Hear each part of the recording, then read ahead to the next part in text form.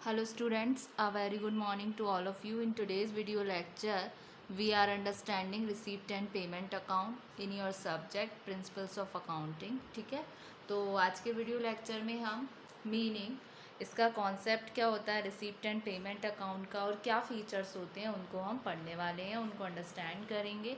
ठीक है, प्रीवियस वाले वीडियो में मैंने आपको नॉन ट्रेडिंग इंस्टीट्यूशंस के बारे में बताया था। ये वो इंस्टीट्यूशन होती हैं जो सर्विसेज रेंडर्ड करते हैं, ना कि इनका मेन मोटिव होता है कि प्रॉफिट अर्न करना है। ये लोगों को सर्विसेज प्रोवाइड करते हैं जस्ट लाइक चैरिटी के रिगार्डिंग, जैसे कि आपके क्लब्स हो गए, आपके इंस्टीट्यूशंस हो गए, जैसे कॉलेज स्कूल्स इंस्टीट्यूशन, इस तरीके से। ठीक है, तो इसमें अकाउंट बनते हैं। तो इसमें सबसे पहला आता है receipt and payment account. Receipt and payment account क्या होता है, आइए उसके बारे में डिस्कस करेंगे। ये एक अकाउंट है जो शो करता है समरी को, जितने भी कैश और बैंक के ट्रांजैक्शन अकर्ड हुए हैं ड्यूरिंग अ अकाउंटिंग पीरियड। ठीक है, और साथ ही साथ ये हेल्प से कैश बुक की एक डेफिनेट पीरियड में एक अकाउंट प्रिपेयर करता है, ये जानने के लिए क्या कैश बैलेंस है, क्या फाइनेंशियल पोजीशन है रिसेंट में नॉन ट्रेडिंग इंस्टीट्यूशन की, तो प्रोफेशनल पर्सन और ऑर्डिनरी पर्सन की। डेबिट साइड में क्या होता है, सभी कैश रिसीट्स आते हैं, और क्रेडिट साइड में सभी कैश पेमेंट्स आते हैं जो रिलेटेड होते हैं उस पीरियड से, जो रिकॉर्डेड हुए हैं अंडर प्रॉपर हेड्स। और इस तरीके का अकाउंट कहलाया जाता है आपका रिसीप्ट एंड पेमेंट अकाउंट। ठीक है, ये कोई मेथड नहीं है बुक कीपिंग का, बल्कि क्या है, सिर्फ एक समरी है कैश बुक की। ठीक है, तो it starts with the opening balance of cash, opening balance of cash and bank and ends with the closing balance of cash at bank. ठीक है, ये स्टार्ट भी होता है आपके कैश एंड बैंक से और एंड भी होता है आपका कैश एंड बैंक से। ठीक है, ये अकाउंट क्या है, आपका रियल अकाउंट है, वास्तविक खाते हैं, जो कि बेस है प्रिपरेशन के लिए इनकम एंड एक्सपेंडिचर अकाउंट और बैलेंस शीट के लिए। ठीक है, तो this account is real account and lays the basis for the preparation of income and expenditure account and balance sheet। ठीक है, फिर उसके अलावा ये क्या है, डेबिट साइड में आते हैं आपके सभी कैश रिसीट और क्रेडिट साइड में आते हैं आपके सारे कैश पेमेंट। ठीक है, तो in the debit side of it all cash receipts and in the credit side of it all the cash payments related with that period and recorded under proper heads. Such account is known as receipt and payment account. Such account is known as receipts and payment account.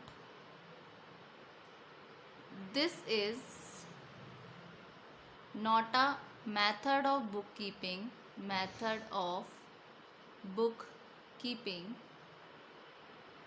but it is only a summary of cash book.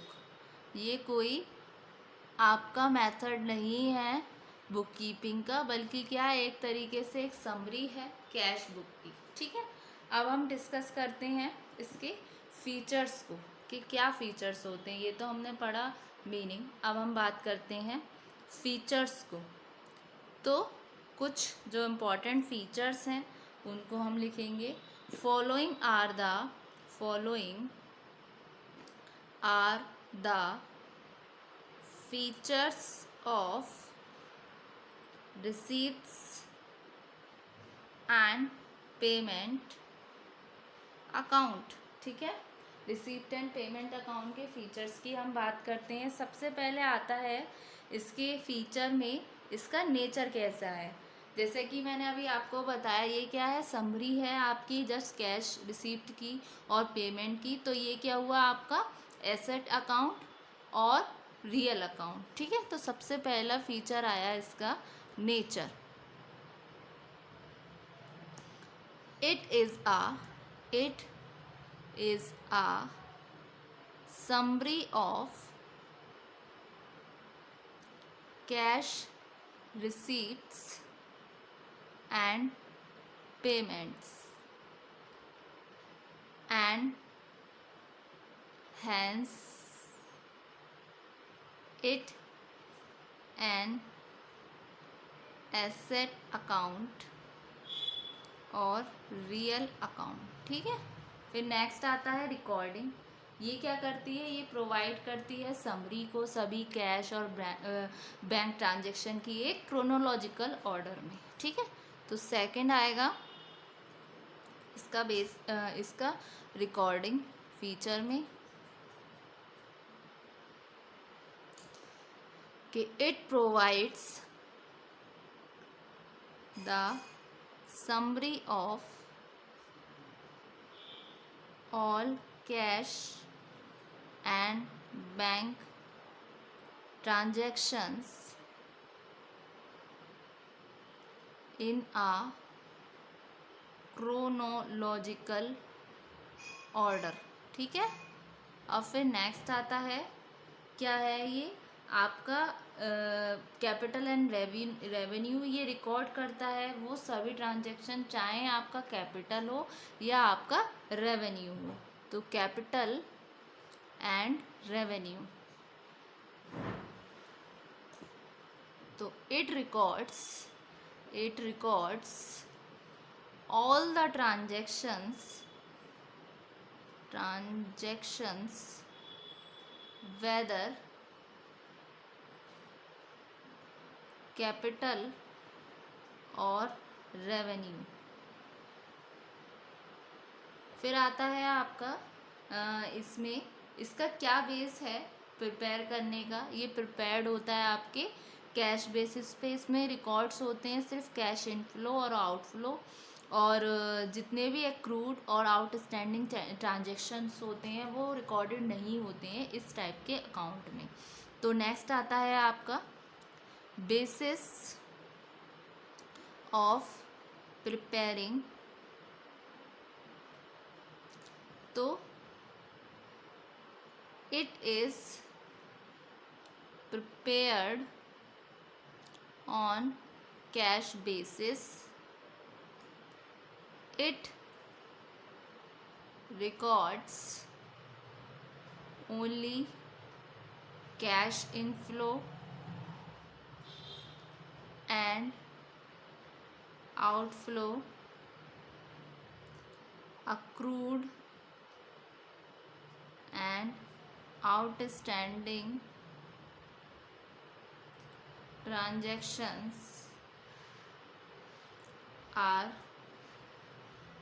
not recorded in the account। ठीक है, फिर उसके अलावा adjustment क्या होंगी। Adjustment जैसे आपकी accrued outstanding items और डेप्रिसिएशन की इसमें रिक्वायर्ड नहीं होती है इस अकाउंट में। तो नेक्स्ट आया आपका एडजस्टमेंट्स। तो adjustment for adjustment for accrued outstanding items and depreciation is not required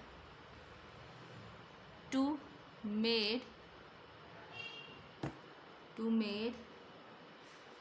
in this account।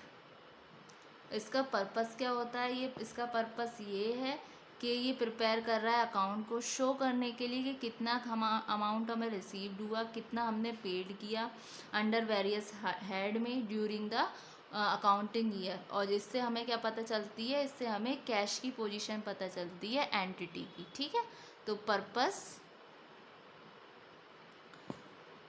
the purpose of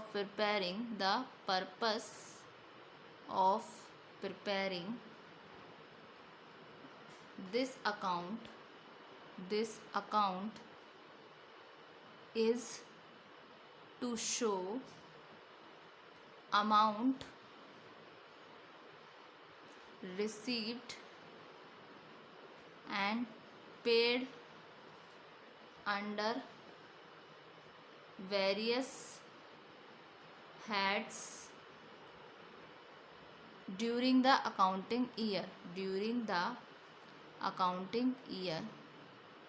and to know the cash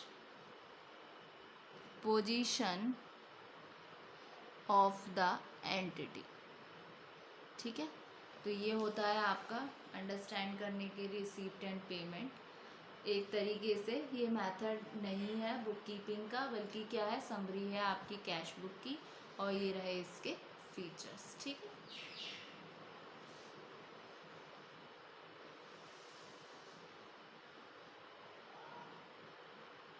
thank you so much student.